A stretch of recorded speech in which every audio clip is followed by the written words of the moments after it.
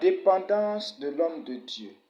Selon Genèse chapitre 2, verset 7, c'est Dieu qui a créé l'homme et l'a placé dans le jardin d'Éden.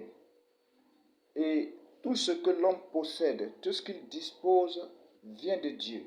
Que ce soit sa tête, ses yeux, ses mains, le jour, la nuit, son sexe. Toutes ces choses viennent de Dieu.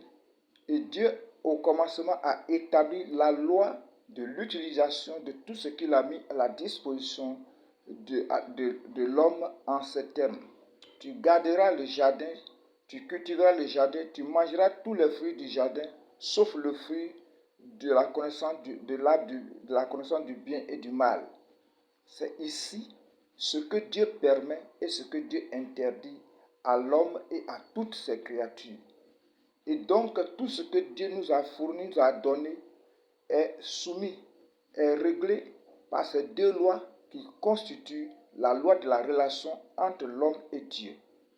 Ce que Dieu permet, ce que Dieu interdit. Il est vrai que Dieu nous a donné un sexe, mais Dieu nous interdit d'utiliser le sexe selon notre propre volonté, parce qu'il y a la loi qu'il a établie pour utiliser le sexe, c'est dans le cadre du mariage après la dot.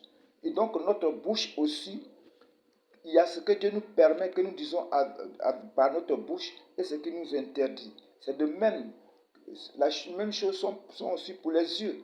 Et tout ce que Dieu a créé est soumis donc à cette loi. Ce que Dieu permet et ce que Dieu interdit.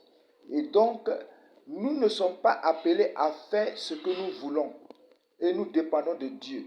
Mais le diable a trompé l'homme dans le jardin d'Éden et continue encore de tromper l'homme en faisant croire à l'homme que l'homme doit prendre son indépendance de Dieu.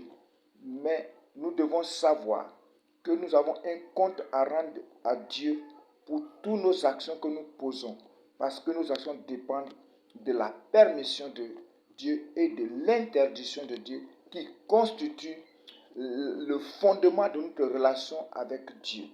Et donc nous aurons un compte à rendre un jour de toute action que nous aurons posée, tout ce que nous aurons regardé, parlé, exposé.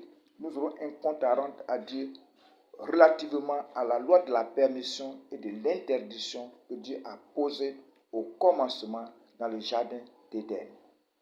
Que le Seigneur nous aide à comprendre ces vérités spirituelles.